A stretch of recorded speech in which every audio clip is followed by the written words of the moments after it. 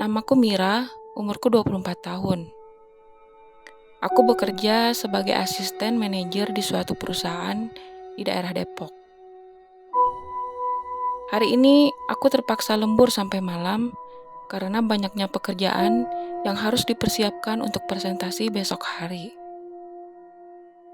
Seperti biasa, aku pulang dan pergi bekerja menggunakan kereta komuter lain. Saat itu keadaan stasiun sudah sepi. Hanya ada beberapa petugas yang sedang bersih-bersih dan beberapa orang saja yang menunggu di peron.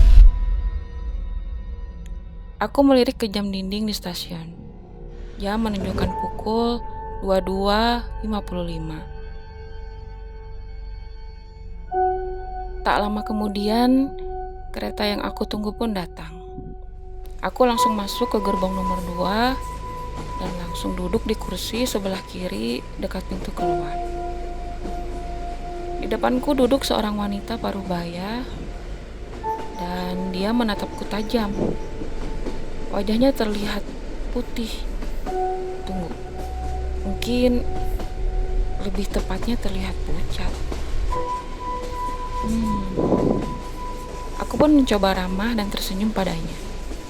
Tapi ekspresinya gitu aja, sama sekali tidak berubah dan terlihat kosong.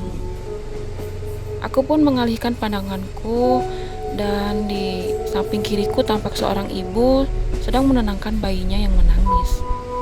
Dan di ujung sana ada beberapa penumpang yang duduk sambil menunduk.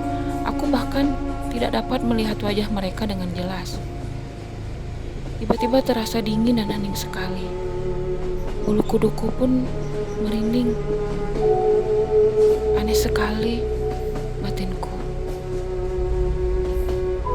Tak lama kemudian kereta pun berangkat. Aku mengalihkan rasa tidak nyamanku dengan memasukkan headset ke telinga dan mulai mendengarkan musik dari HP-ku. Entah mengapa aku masih penasaran dan sesekali memperhatikan sekelilingku. Masih seperti tadi, ibu-ibu di sebelahku masih sibuk menenangkan bayinya yang tetap menangis. Dan wanita di hadapanku masih terus menatapku, membuat aku merasa risih. Akhirnya, aku beranikan diri menyapanya. Maaf mbak, kenapa ya mbaknya ngeliatin saya terus? Tanyaku agak bergetar. Anehnya wanita itu tetap diam dan tidak bergeming sama sekali. Tiba-tiba ada kondektur berjalan masuk dari gerbong sebelah dan mulai menghampiriku sambil tersenyum.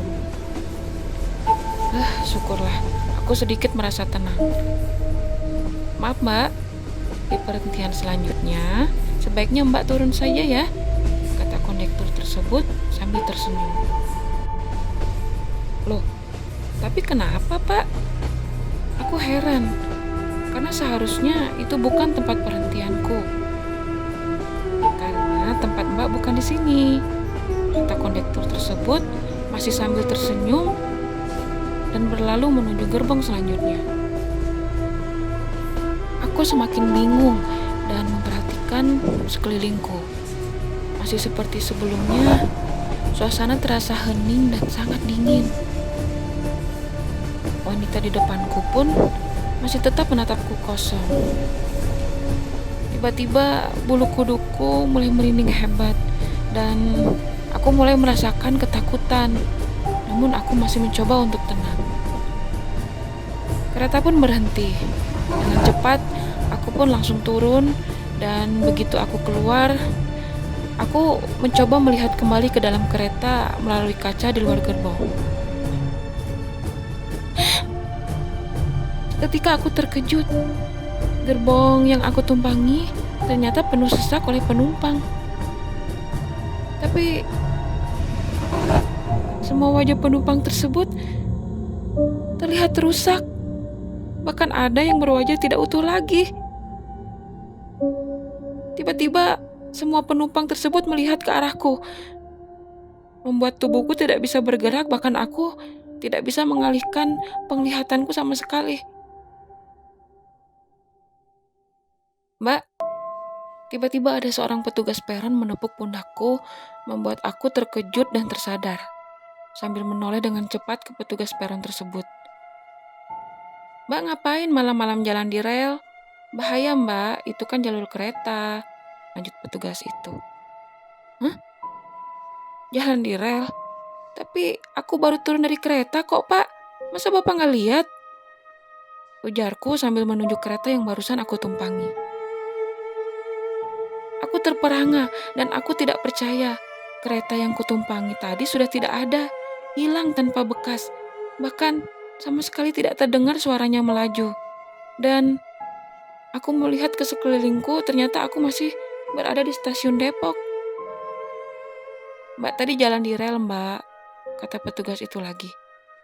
Tidak ada lagi kereta yang beroperasi sampai besok. Pukul 22.45 jadwal terakhir keberangkatan kereta hari ini. Hah? Aku benar-benar syok mendengar perkataan petugas itu. Sambil gemetaran, aku pun menceritakan apa yang terjadi padaku. Dan kondisi penumpang yang kulihat barusan juga aku kasih tahu ke petugas itu. Bahkan aku juga memberitahunya ada kondektur ramah yang menyuruhku untuk turun di perhentian selanjutnya. Sebentar mbak, kondekturnya berambut ikal? Tanya petugas itu lagi. Iya betul pak, badannya agak kurus, umurnya mungkin 25 tahunan deh, berkulit putih, kataku dengan pasti. Tiba-tiba petugas tersebut tertunduk dan matanya terlihat berkaca-kaca. Kenapa pak? Apa bapak kenal dengan kondekturnya? Tanyaku dengan cepat. Dia sahabat saya mbak, namanya Andi. Dia baru bekerja sekitar 5 bulanan. Sekitar tahun 2015 terjadi kecelakaan hebat. Kereta menabrak truk pemuat bahan bakar di pintu palang kereta, cerita petugas tersebut.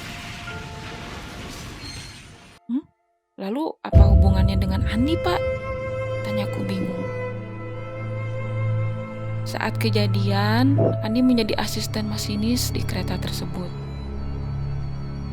Dia berlari menuju gerbong penumpang 1 dan mengingatkan akan terjadi tabrakan. Penumpang pun berhamburan menuju gerbong 2 dan 3. Sahabat saya itu bisa saja bertahan dengan penumpang yang lain dan menyelamatkan dirinya sendiri. Tapi Andi lebih memilih kembali ke ruang masinis dan membantu rekannya. Sambil menghela nafas panjang, petugas itu melanjutkan lagi ceritanya. Andi beserta masinis dan beberapa teknisi tidak terselamatkan, Mbak. Mereka meninggal di tempat. Mungkin yang Mbak lihat itu arwah Andi yang mencoba menyelamatkan kembali penumpang. Aku terdiam. Tubuhku terasa kaku. Dan aku hanya bisa terperangah mendengar cerita petugas itu. Terdengar samar di telingaku, bapak petugas itu menyarankan aku untuk naik taksi online saja. Dan dia pun pamit sambil berlalu. Aku melirik jam di stasiun. Waktu menunjukkan pukul 00.05. Sambil berjalan gontai, aku pun memesan taksi online dengan tangan masih gemetar.